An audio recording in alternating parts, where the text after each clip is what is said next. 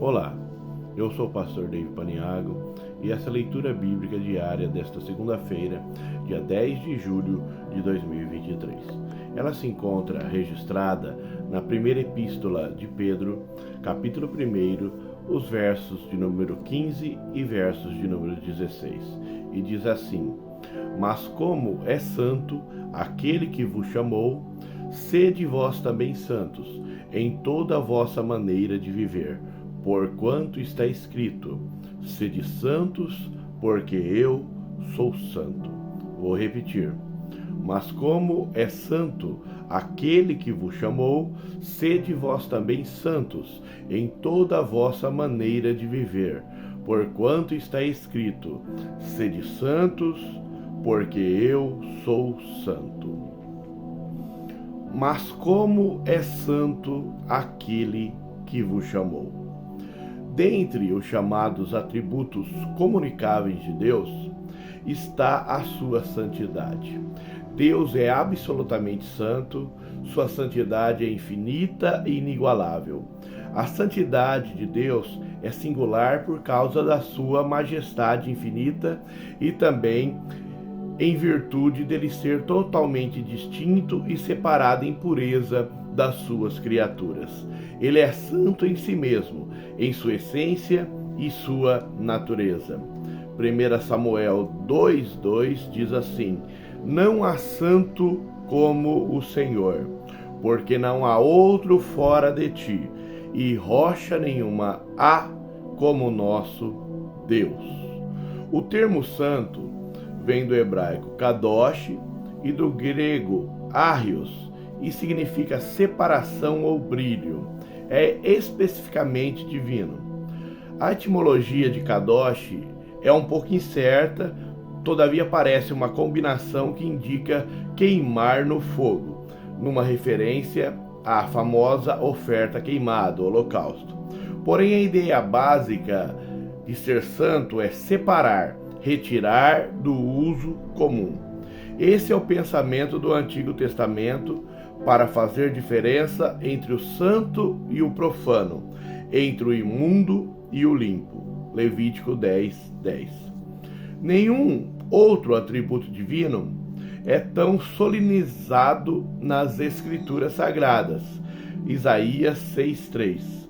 E clamavam uns aos outros, dizendo: Santo, Santo, Santo é o Senhor dos exércitos, toda a terra está cheia da sua glória.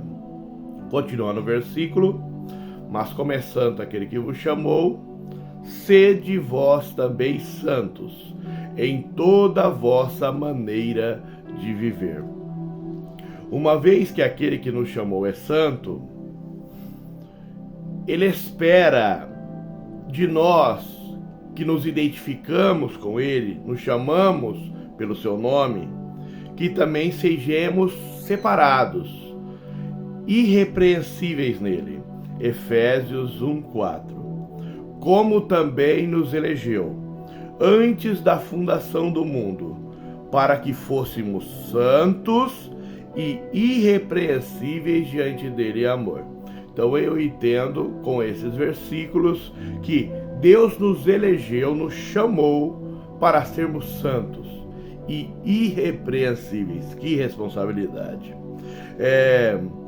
Todo o nosso procedimento deve resplandecer o caráter de Deus, a santidade daquele que nos chamou do pecado para tomar posse da sua salvação. Tornar-se santo inclui ambas noções sobre santidade, o elemento de separação em distinção ao profano e o elemento ético e moral.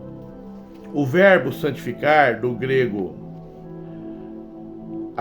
arriazo, significa separar, purificar, consagrar. Desse modo, a santificação é a operação do Espírito Santo em manter o salvo separado do pecado. Santificar é o ato de separar do pecado e dedicar-se a Deus. Deus exige santidade de seus filhos.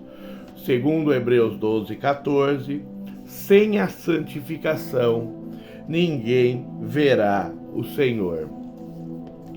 Esse termo bíblico aponta para o mais alto padrão ético e moral de vida, a fim de agradar a Deus. Nesse sentido, a regeneração pré-ordena os crentes a viver uma vida afastada do pecado e, por consequente, tenha uma conduta ilibada. Paulo escreve às igrejas, ele se coloca na brecha e pede para que elas sejam seus imitadores. Efésios 5:1 tem uma referência: sede, pois, imitadores de Deus, como filhos amados. Devemos nos espelhar naqueles que vivem diante de Deus sem ter o que se envergonhar. Hebreus 13, verso 7.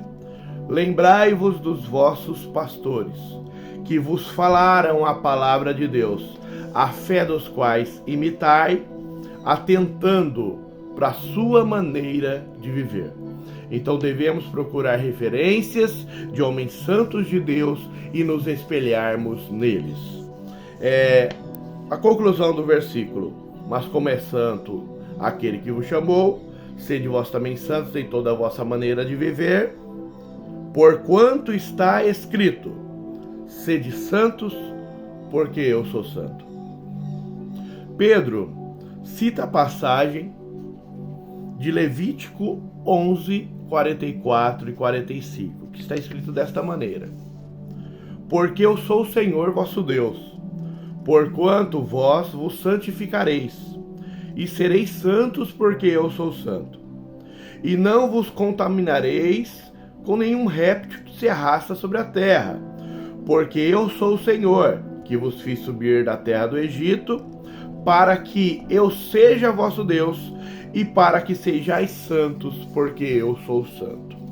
Esse versículo se encontra registrada no contexto das leis dietéticas que Deus determinou ao povo judeu, que devia guardar alguns alimentos eles poderiam comer, outros eles não poderiam comer, para eles serem um povo separado dos demais povos que são classificados para os judeus como gentios, aquele que não é judeu.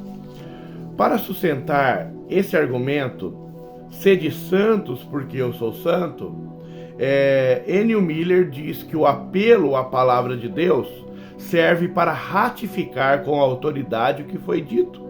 Pedro não baseia sua exortação em seus próprios pensamentos, mas ele se espelha na palavra de Deus. Ele usa a palavra de Deus para dar a palavra final. Ele usa a palavra de Deus para selar a sua orientação.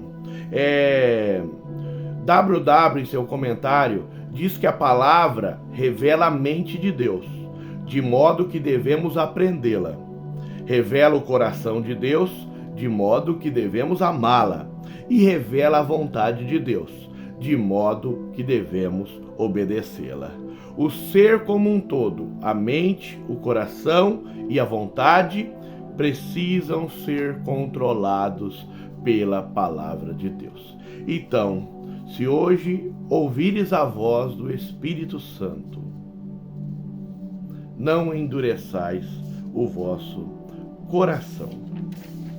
Senhor meu Deus, meu Pai, te exalto e te adoro, Senhor, por mais uma oportunidade de estar gravando um vídeo, Senhor Jesus Cristo. Ó Pai santo e tremendo, peço, Senhor, que o Senhor venha abençoar, Pai, o lar, Senhor Jesus Cristo, que assistir esse vídeo.